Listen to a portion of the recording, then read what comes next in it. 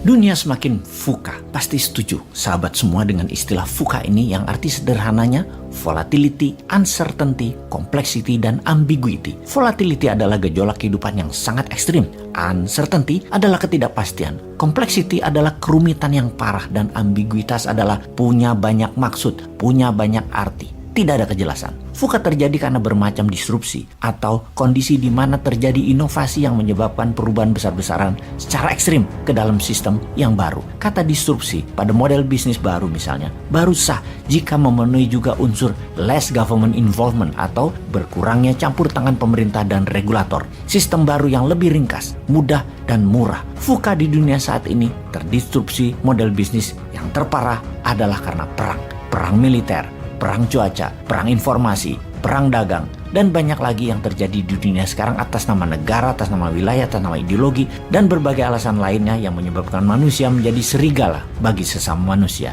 Kita detailkan lagi penyebab VUCA, biological warfare, yaitu perang biologi virus Wuhan misalnya, perang obat-obatan big farmasi dunia, perang militer di Ukraina, dan beberapa negara di Timur Tengah, perang pangan, efek terganggunya jalur pangan dan perubahan iklim karena perang cuaca. Selanjutnya, kita semua tahu ada 3 gempa besar disrupsi ekonomi terjadi dalam 3 tahun terakhir yang mempercepat banyak hal berubah. Salah satunya karena berubahnya model bisnis, yaitu karena perubahan perilaku generasi digital, yaitu generasi milenial dan zilenial, disrupsi teknologi, dan disrupsi pandemi. Semua ini merubah cara bertindak dan berpikir umat manusia yang harusnya atau biasanya perubahan itu terjadi dalam hitungan dekade bahkan ratusan tahun. Namun sekarang itu bisa terjadi hanya dalam hitungan bulan. Semua bisa bergeser, semua berubah dengan drastis. Di atas semua itu, ada yang harus berubah mengikuti disrupsi dan pengendalian VUCA, yaitu cara bernegaranya. Sekali lagi kita tekankan, cara bernegara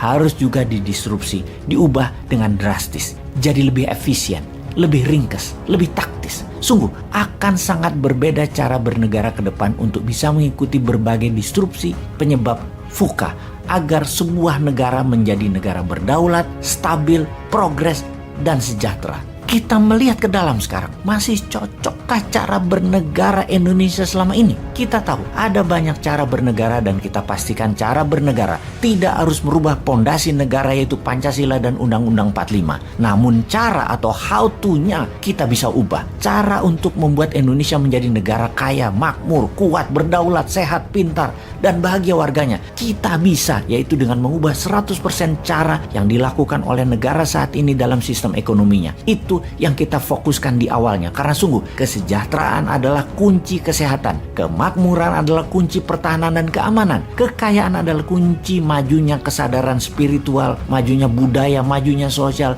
dan kedaulatan sebuah negara tentunya. Bagaimana untuk membuat ekonomi Indonesia makmur, sejahtera, gemah limpah, loh jinawi, ijo royo-royo, tentrem kertora harjo. Oh maaf pakai bahasa Jawa, artinya makmur, sehat, aman, subur, damai. Bener deh, rasanya sulit untuk masyarakat hidup menjalankan ibadah spiritual, mencari kebahagiaan kalau perut lapar, berpenyakit, hartanya dijajah, dan menjalankan kehidupan sehari-hari, barang-barang serta jasanya bergantung dari negara dan bangsa lain. Karena itu kita harus mempelajari banyak hal di dunia luar sana sebagai pengetahuan atas apa yang terjadi di berbagai wilayah dan apa yang terjadi di tanah air karena pengaruh di luar sana.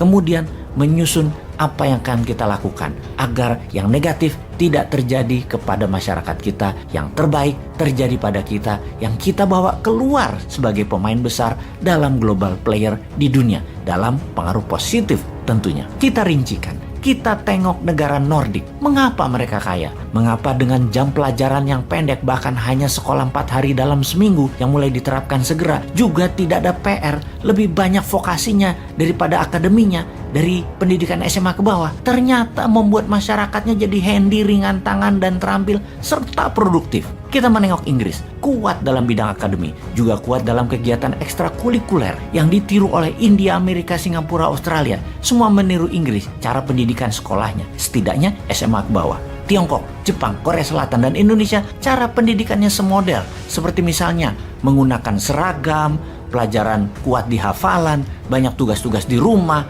panjang jam pelajaran sekolahnya. Dan menurut saya pribadi, Indonesia lebih pas bergaya seperti negara-negara Nordik pendidikannya. Karena pada dasarnya tangan rakyat Indonesia tuh terampil, budayanya kreatif, dan orangnya tipenya outdoor. Kita lanjutkan cara bernegaranya dengan melihat negara lain, dan kita ambil yang terbaiknya untuk kita tiru dan kita kembangkan sesuai dengan budaya dan sosial masyarakat Indonesia. Maka kita mendaftar mana yang terbaik untuk kita adopsi. Misalnya, pertanian terefisien adalah apa yang dipraktekkan Israel dan Tiongkok di Inner Mongolia. Perkebunan terbaik meniru gaya Perancis, Spanyol, dan Amerika. Perikanan, kelautan, Jepang, dan negara Nordik patut ditiru. Menanggulangi kenaikan permukaan laut dan turunnya daratan, kita meniru Copenhagen dan Amsterdam. Militer, kita meniru Amerika dan Tiongkok. Soft power, entertainment, musik, film, budaya, meniru Korea Selatan dan Hollywood. Teknologi meniru Tiongkok dan Amerika. Jalur distribusi dan produksi meniru Tiongkok. Taktik perang wilayah meniru NATO. Taktik perang ekonomi meniru obor. Strategi keuangan moneter dalam negeri meniru renminbi. Swastanisasi membangun UKM meniru Taiwan dan Tiongkok. Elit politik meniru aristokrat politikus Eropa yang santun, terdidik, dan berorientasi ke rakyat. Kelolaan negara meniru Singapura dalam masalah perumahan, sampah, lingkungan hidup untuk menjadikan Indonesia livable, workable, eco-living terbaik di dunia. Keuangan rupiah backed by gold menggantikan dolar. Ini semua akan membuat Indonesia the best maritime country in the world. The strongest country in the southern hemisphere, menjadi idaman dunia untuk tinggal dan hidup di Indonesia. Ini semua akan terjadi kalau setiap tahunnya ada 10 juta warga dunia mengantri ingin menjadi warga negara Indonesia. Kalau warga Eropa dan Amerika ingin pindah ke Indonesia. Kalau orang kaya Tiongkok ingin hidup di Indonesia. Kalau orang pinter India ingin hidup di Indonesia. Kalau orang alim ulama dunia ingin hidup di Indonesia. Kalau orang terbaik di dunia ingin hidup di Indonesia. Itulah cita-cita Indonesia ke depan yang pasti terjadi. Ngomong-ngomong, siapa yang akan menjadikan impian ini menjadi kenyataan?